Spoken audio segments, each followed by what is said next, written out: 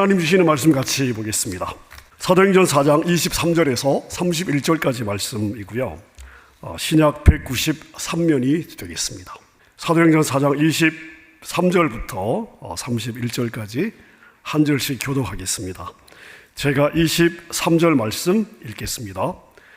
사도들이 노임에 그 동료에게 가서 제사장들과 장로들의 말을 다 알리니 24절 그들이 듣고 한 마음으로 하나님께 소리를 높여 이르되 대주제여 천지와 바다와 그 가운데 만물을 지으니시여 또 주의 종 우리 조상 다윗의 입을 통하여 성령으로 말씀하시기를 어찌하여 열방이 분노하며 족속들이 허사를 경영하였는고 세상의 군왕들이 나서며 관리들이 함께 모여 주와 그의 그리스도를 대적하도다 하신 이로소이다.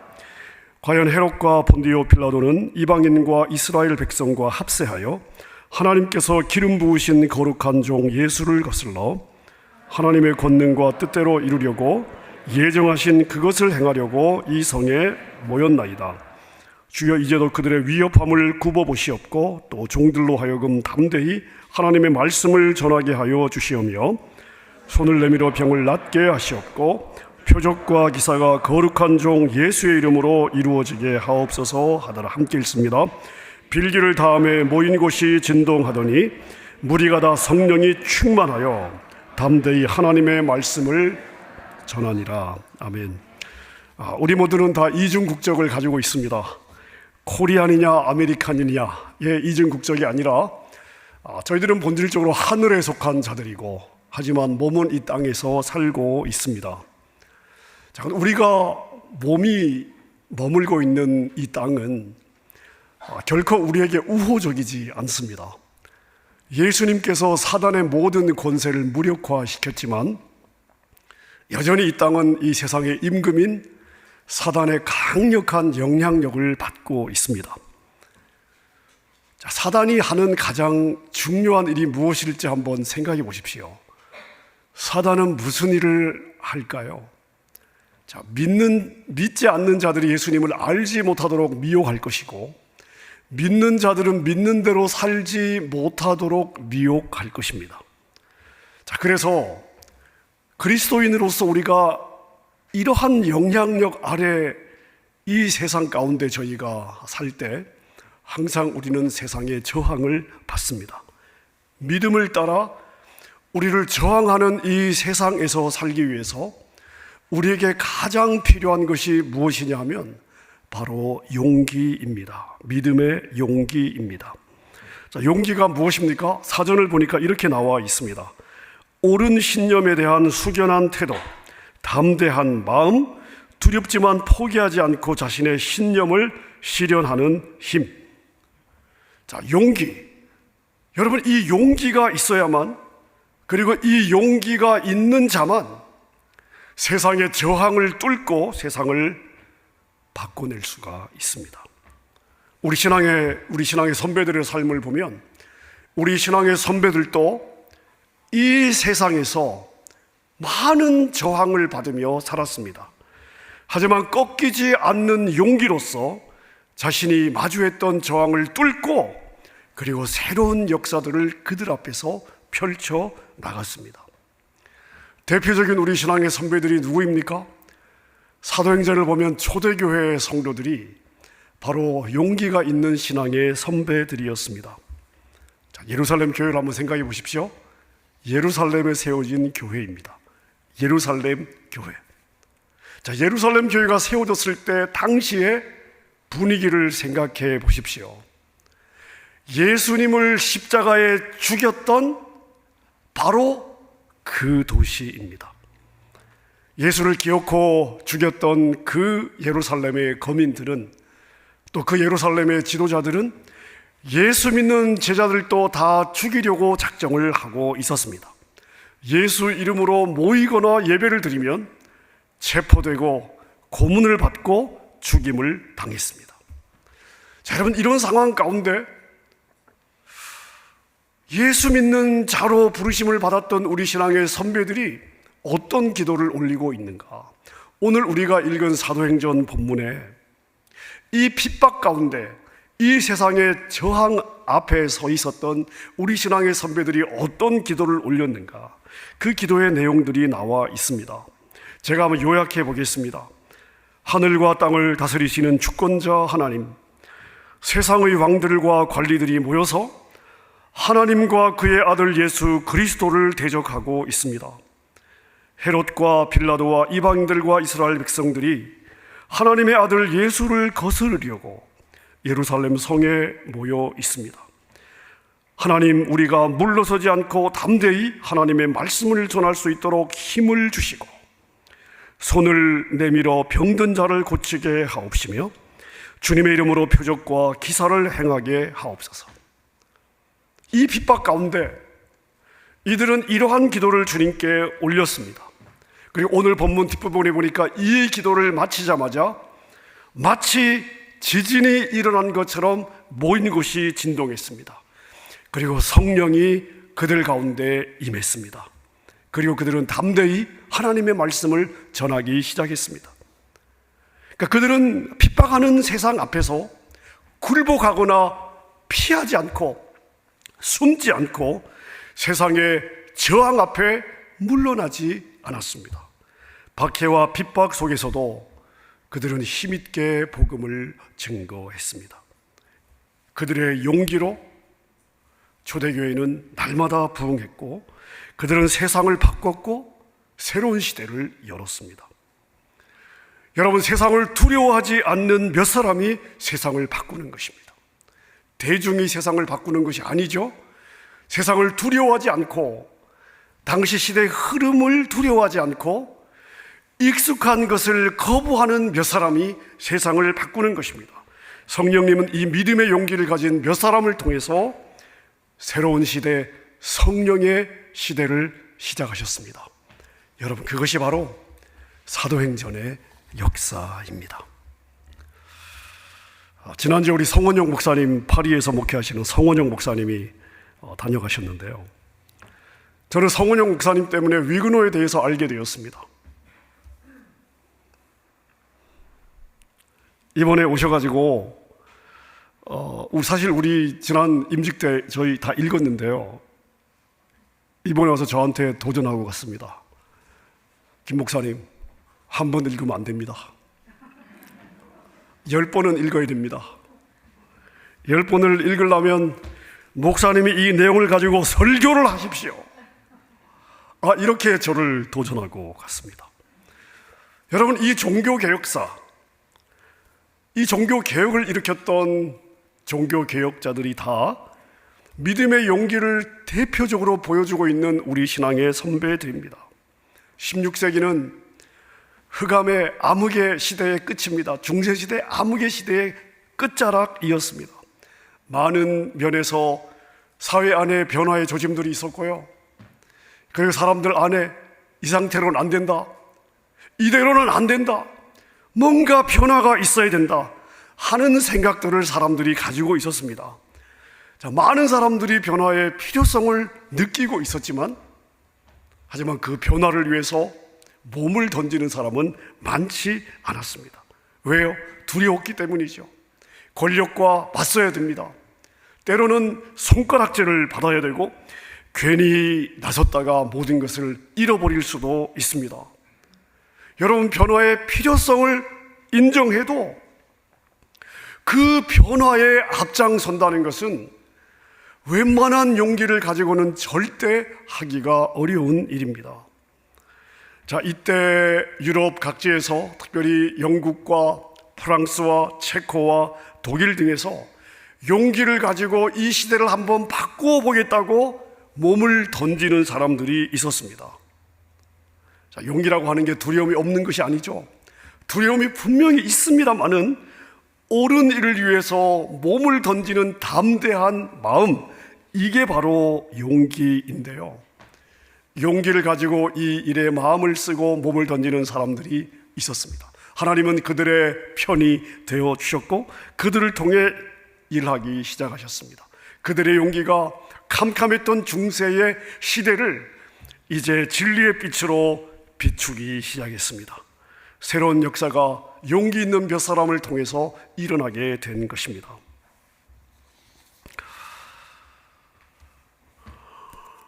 제가 이 책을 다시 읽으면서 내용들을 쭉 보면서요,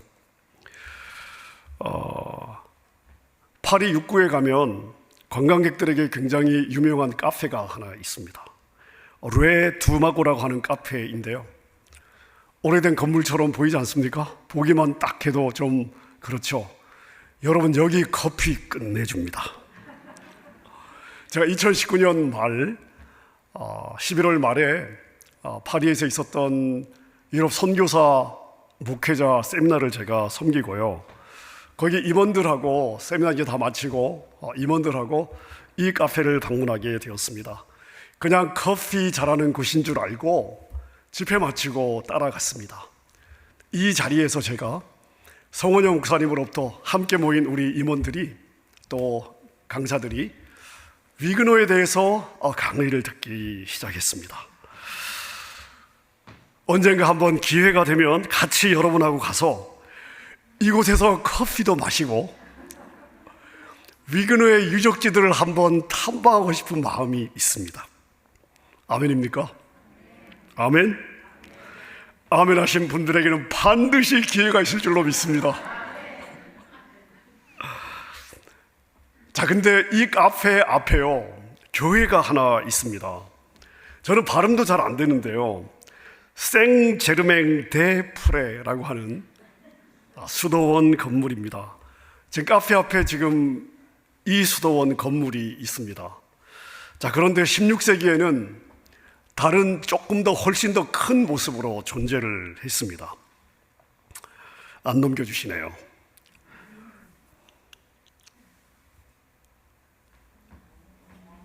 예, 16세기에는 훨씬 더 웅장한 모습으로 존재했습니다. 수도원이라면 그 당시는 카톨릭 수도원이죠. 네, 당시에 이런 모습이었습니다. 자, 근데 이 당시에 16세기 당시에 기욤 브리소네라고 하는 사람이 있었습니다. 이 사람이 이 수도원의 원장이었는데요, 당대 최고의 학자이면서 엄청난 부자였습니다. 이 사람이 말씀을 깨닫기 시작하면서, 스스로 말씀을 읽고 말씀을 깨닫기 시작하면서 이건 아니다 라는 생각을 하게 되었습니다. 그리고 자신에게 주신 불을 가지고 진리를 밝히는 데 사용하기로 결심을 하였습니다. 자, 그래서 그 당시 이 지역을 관할하고 있었던 추기경, 로마 캐톨릭의 추기경 4사람을 불러서 현재의 교황이 권력을 어떻게 남용하고 있는가 리스트를 작성하고 발표하게 했습니다. 자, 그 결과 여러분, 캐톨릭의 시대에 캐톨릭의 수장인 교황을 비난한다, 단순한 비난이 아니라 교황이 권력을 어떻게 남용하고 있는지를 만인들에게 선포한다는 것은요, 이건 절대 쉬운 일이 아닙니다. 자, 그 결과 교황의 미움을 받아서 부와 지위를 모두 잃게 되었습니다. 자, 이 기욤 브레소네라고 하는 사람의 아들이 있습니다. 이름이 똑같습니다. 기욤 브리소네. 자기 아버지의 뒤를 이어서 수도원 원장이 되었습니다. 이 아들 기욤 브레소네는요, 아버지가 아버지의 부를 통해서 당대 최고의 학자들을 붙여 공부를 했습니다. 자, 그런데 아버지가 말씀에 깨어있는 사람이었기 때문에 말씀에 깨어진 학자들을 붙여서 아들에게 말씀 교육을 시켰습니다. 그런 말씀을 배우면서 현재 자신이 익숙하고 자신이 자라왔던 이 시대가 가르치는 말씀과 너무 다르다는 것을 알게 되었습니다. 그래서 자기가 관할하고 있는 이 수도원의 방탕한 신부들을 교회에서 추방하고 일반 성도들에게 하나님의 말씀을 가르치기 시작했습니다. 여러분, 이 당시에 일반 성도들에게 하나님의 말씀을 말씀대로 가르친다고 하는 것은요, 목숨을 내놓아야 가능한 일이었습니다. 대단한 용기가 있어야 할 수 있는 일이었습니다. 자, 이 사람이 용기를 내자 많은 사람들이 용기를 냈습니다. 여러분, 용기는 전념성이 있는 줄로 믿습니다. 이 기욤의 주위에 많은 뜻 있는, 말씀에 깨어진 뜻 있는 많은 사람들이 모이기 시작했습니다. 학자들이 모였습니다. 왕의 누이와 어머니, 왕의 신하들, 왕궁의 시인들도 함께 말씀을 연구하는 모임에 참여했습니다. 여러분, 그리고 이 모임이 프랑스 개신교 위그노의 첫 출발이 되었습니다. 아버지와 아들의 용기 있는 행동을 통해서 여러분, 역사가 바뀌지 않습니까? 지난주에 우리 성은영 목사님이 말씀을 하셨지만 프랑스 개신교도인 위그노들을 통해서 종교개혁이 일어났고, 존 칼빈이 위그노 출신입니다. 이 위그노들이 유럽으로 건너가 영국의 산업혁명을 일으키고, 그들이 영국의 개신교도 퓨리탄을 만들었으며, 스위스의 시계산업을 일으키고 독일의 군사산업을 일으켰습니다. 여러분, 유럽의 역사를 바꾸었던 사람, 이 위그노의 첫 출발이 용기를 내었던, 시대에 저항했던 부자를 통해서 시작이 되었습니다. 모든 사람이 두려워할 때 담대한 마음으로 움직이는 용기 있는 한 사람이 한 시대를 끝내고 하나님이 그 사람과 함께할 때 새로운 시대가 열리는 줄로 믿습니다. 여러분, 오늘 우리가 살고 있는 이 시대를 보십시오. 이 시대야말로 용기 있는 사람을 기다리고 있습니다. 우리가 역사를 보면요, 역사는 어떤 패턴들이 반복되고 있는 것을 우리가 볼 수가 있는데, 14세기에 여러분이 아시는 패스트, 흑사병이라고 하는 전염병이 전 세계에 돌았습니다. 통계를 보면 그 당시 세계 인구가 4억 5천만 명이었는데요, 이 흑사병이 지나가면서 1억 명이 전염병으로 죽었습니다. 전 세계 인구의 4분의 1이 전염병으로 죽은 것입니다. 자, 그리고 이어서 르네상스가 있었고, 산업혁명이 일어났고, 종교개혁이 이어지면서 근대라고 하는 새로운 시대가 열렸습니다. 자, 우리가 살고 있는 지금 이 시대를 여러분 한번 보십시오. 우리 지난 2년 동안 한 번도 경험해 보지 못했던 코로나라고 하는 전 세계적인 전염병이 휩쓸고 갔습니다. 지금도 진행형입니다. 자, 이 코로나 2년 동안의 산업에 엄청난 지각 변동이 일어났습니다. 코로나가 아니었으면 상상하지 못했을 만한 변화들이 도처에서 지금 일어나고 진행 중에 있습니다. 우리의 신앙생활은 어떻습니까? 우리의 신앙생활도 엄청난 변화가 있지 않습니까? 우리 이 신앙생활의 변화도 현재 진행형입니다. 과거에 몇백 년 동안 일어났던 일들이 지금은 몇 년 안에 급격한 변화들이 일어나고 있습니다. 스마트폰 시대를 살고 있습니다. 인공지능 시대를 살고 있습니다. 메타버스를 향해서 달려가고 있습니다. 우리는 아직 이런 용어조차 익숙하지 않은데요, 이미 우리의 삶은 이미 그 한가운데 깊숙하게 들어와 있습니다. 자, 이 격동의 시기를 지나면서 이 변화를 따라잡지 못하는 사회, 변화를 따라잡지 못하는 개인은요, 역사의 뒤로 사라지게 될 것입니다. 반면에 새로운 시대와 새로운 역사를 만들어가는 그런 개인과 교회도, 사회도 나오게 될 것입니다. 여러분, 이 급격한 변화 속에서 새로운 윤리가 만들어지고, 새로운 정신이 만들어지고, 새로운 가치관이 만들어지고 있습니다. 제가 2020년 3월 팬데믹이 터지면서 제가 가끔씩 만나서 교제하는 한 장로님으로부터 카톡 하나를 받았습니다. 목사님, 이 책은 반드시 읽어야 합니다. 책 2권을 저한테 리스트를 주셨는데 한 저자가 쓴 책이었습니다. 이 책의 저자는 예루살렘에 있는 히브리 대학의 교수였는데 유발 노아 하랄이라고 하는 그러한 사람이었습니다.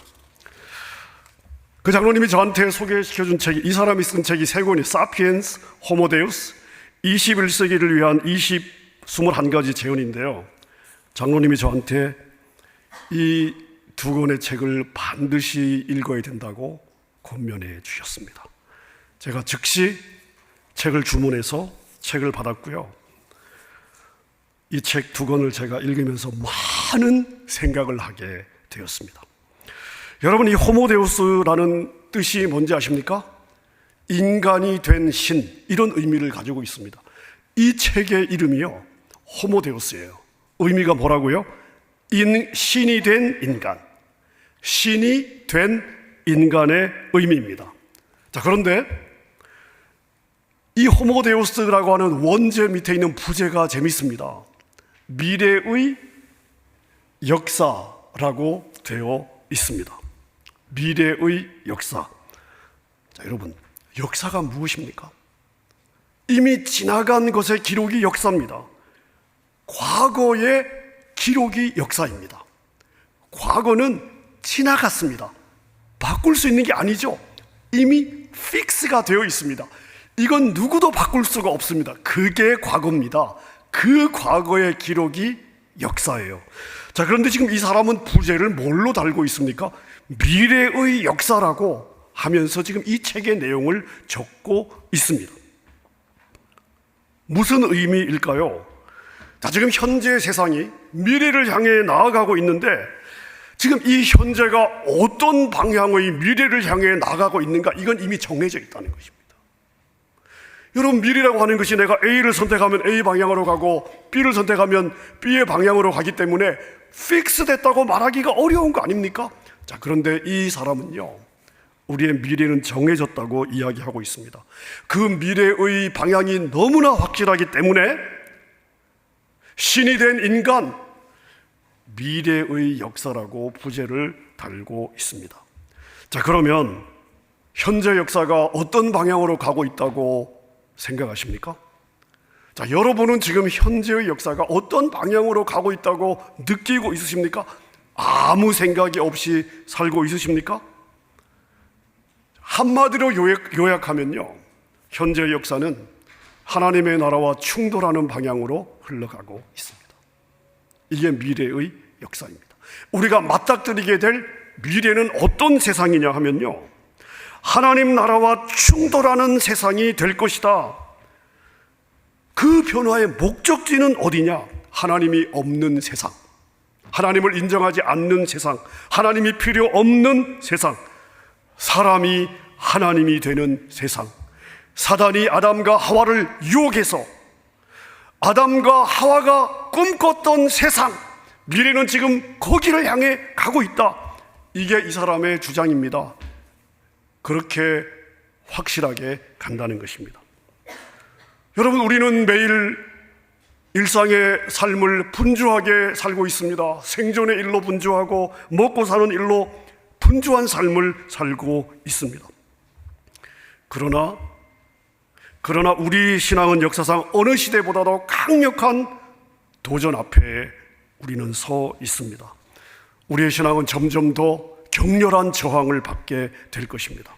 자, 이런 세상에서 우리가 하나님, 예수님, 복음, 십자가를 말한다면 세상은 우리를 철없는 사람으로, 정신 나간 사람으로, 덜 떨어진 사람으로, 시대를 읽지 못하는 사람으로 취급하게 될 것입니다. 여러분, 이 시대가 무서운 속도로 우리 앞에 다가오고 있습니다. 가까운 미래에 여러분, 우리 눈에 흙이 들어가기 전에 기독교 신앙을 합법적으로 통제하고 박해하는 날이 저는 올 거라고 짐작하고 있습니다. 코로나 바이러스는 이미 공권력에 그러한 힘을 실어주고 있습니다. 정치적인 목적으로 교회를 합법적으로 통제해도 말할 수 없는, 이미 우리는 그것을 경험하고 있습니다. 여러분, 눈을 밖으로 돌려보십시오. 우리는 지금 너무나 편안하게 신앙생활을 하고 있습니다마는 우리가 눈을 조금만 밖으로 돌려서 세상을 보면 신앙의 자유가 없는 나라들 정말 많습니다.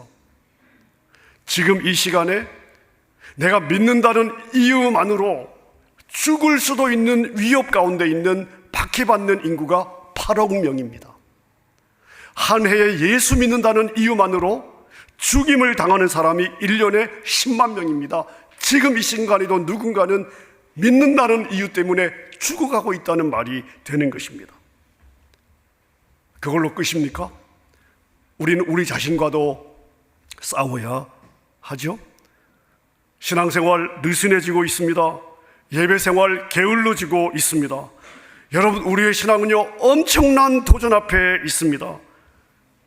자, 이 시대에 우리가 순응해야 될까요? 저항해야 될까요? 여러분, 우리가 거슬러 가야 되겠습니까? 이 시대의 흐름을 타고 그냥 휩쓸려 가야 되겠습니까? 저항해야 되겠죠?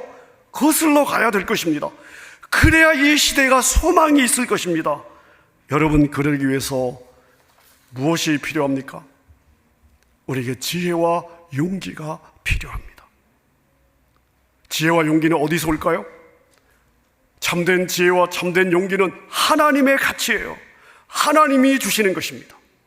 우리가 기도할 때, 말씀을 붙잡을 때, 하나님을 인격적으로 만날 때 하나님이 주시는 하나님의 가치, 그 하나님의 은총이 바로 참된 지혜와 용기입니다. 여러분, 이 시대의 사단이 가장 성공하고 있는 것이 무엇인지 아십니까? 하나님은 주권자시고 하나님이 어차피 자기의 뜻을 이루실 텐데 왜 굳이 내가 애를 써서 기도해야 되냐? 하나님이 내 삶에 계획한 대로 나를 이끌어 가시겠지. 여러분, 이게 사단이 가장 그리스도인들의 삶에 성공하고 있는 전략입니다. 사단은 지금까지 이 전략을 사용해 왔고 이 전략은 지금까지 성공적이었습니다. 사단은 앞으로도 우리 믿는 자들을 이렇게 미혹하게 될 것입니다. 자, 그럼 우리는 무엇을 기억해야 되겠습니까? 자, 예수님은 사단의 권세에서 종로로 타던 우리를 해방시켜 주셨습니다. 만약 예수님께서 하나님이 자기 백성들인데 하나님이 알아서 하시겠지, 만약 그랬다면요, 오늘 우리는 예배자로 주님 앞에 서 있을 수 있었을까요? 아니요. 주님은 자신의 몸을 던지셨습니다. 적극적으로 사단의 세력을 도전했습니다. 그리고 그 사단의 세력을 굴복시켰습니다. 그리고 예수님께서 제자들에게 뭐라고 약속해 주셨습니까? 내가 했던 일을 너희도 할 것이다. 아니, 더 큰 일을 할 것이다. 그러니 내 이름으로 구하라. 구하면 내가 시행하리라. 무엇이든지 내게 구하면 내가 시행하리라. 자, 여러분, 사단이 가장 무서워하는 것은 무엇일까요? 사단이 가장 두려워하는 것은 어떤 상황일까요? 그리스도인들이 자기가 누구인지를 깨닫는 것입니다. 자신에게 어떤 영권이 주어지는지를 깨닫는 것입니다. 기도의 능력을 알고 하늘을 향해 손을 들어 하나님을 의지하는 것입니다. 예수의 보혈을 의지하여 사단의 진을 대적하는 것입니다. 사단은 이것을 가장 두려워합니다. 여러분, 그래서 필사적으로 우리를 미혹하고 있습니다. 말씀을 정리하겠습니다. 이사야 선지자를 통해서 우리는 우리를 향한 주님의 애끓는 마음을 볼 수 있어야 되겠습니다. 이사야 42장 22절에 보니까 지금 그의 백성은 약탈과 노략을 당하였으며 그들은 모두 구덩이 속에 갇혀있고 감옥에 갇혀있다. 그들이 약탈을 당하였으나 구하여 주는 자가 없고 노략을 당하였으나 노략자들에게 돌려주어라 하고 말해주는 자가 없다. 무슨 말입니까? 하나님이 우리에게 주신, 하나님이 이미 예수 그리스도 안에서 우리에게 주신 놀라운 영적인 권세들과 모든 부요한 하늘과 땅의 유산들이 사단에 의해서 도적질 당하고 있습니다. 많은 하나님의 백성들이 하나님이 자신에게 주신 것을 빼앗기고 있으면서도 자신이 무엇을 가지고 있는지조차, 자신이 무엇을 빼앗기고 있는지조차 인식하지 못하고 살고 있습니다. 자, 근데요, 하나님의 백성들이 지금 이런 상황 가운데 있는데 약탈을 당해도 약탈을 당한다고 말해주는 사람이 없고, 노략질을 당해도 노략질해 준다고 말해주는 사람이 없다고 하나님이 지금 한탄하고 있는 것입니다. 그래서 하나님은 이 시대에 한 사람을 찾고 있습니다. 이사야 42장 그 다음 절에 보니까 너희 가운데 누가 이 일에 귀를 기울이겠느냐, 누가 앞으로 일어날 일을 주의하여 듣겠느냐, 누가 듣고 나의 백성들을 깨우치겠느냐. 여러분, 우리의 운명은요, 그냥 알아서 흘러가지 않습니다. 우리의 운명은요, 내가 무엇을 믿고 무엇을 선택하느냐, 우리 믿음의 분량에 의해서 만들어지는 것입니다.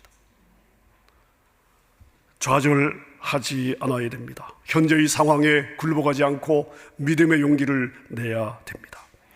자리를 박차고 일어나야 되는 줄로 믿습니다. 여러분, 우리 하나님은 천지의 창조주이시여 절대 주권자시여 이 땅을 지금 다스리시는 분이십니다.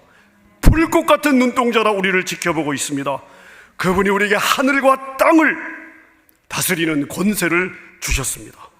그리고 내가 했던 일을 너희도 할 것이다, 무엇이든 구해라, 내가 시행하리라 약속해 주셨습니다. 사랑하는 여러분, 패배의식에 빠진 이 시대의 교회를 위해서 중보해 주십시오. 하나님을 떠나가는 이 미국 땅에 각성과 부흥이 임하도록 기도해 주십시오. 북한 땅의 진리의 빛을 비추셔서 이제 그 흑암의 땅이 열리도록 기도해 주십시오.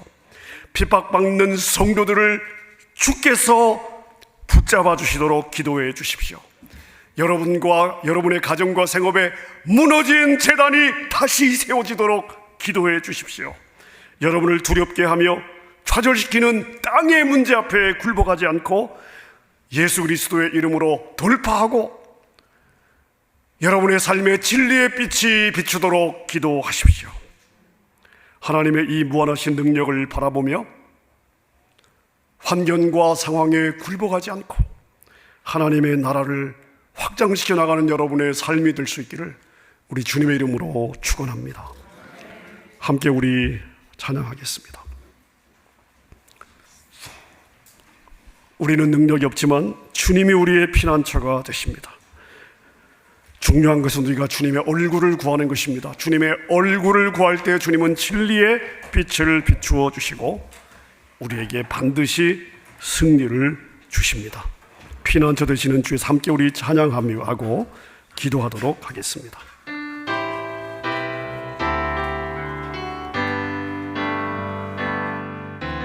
피난처 되시는 주 예수, 영원한 승리의 왕, 주님의 얼굴을 구할 때 주의 빛 비추시네.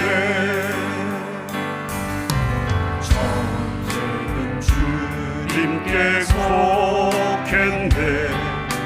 승리는 우리의 것.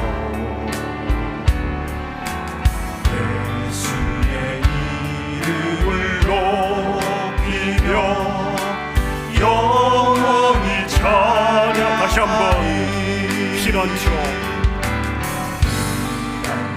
되시는 주 예수, 영원한 승리의 왕, 주님의 얼굴을 구할 때 주의 빛 비추시네.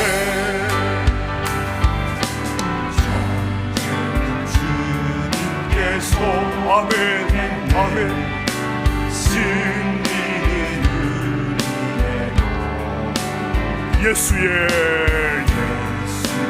이름을 높이며 영원히 찬양하리.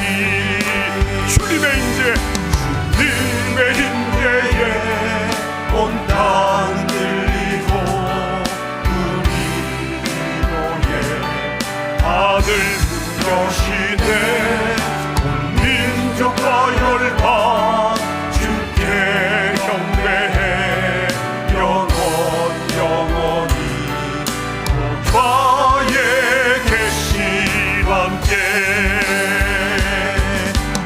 주님의 임재에 온 땅은 들리고 우리 기도에 하늘 문 여시네 온 민족과 혈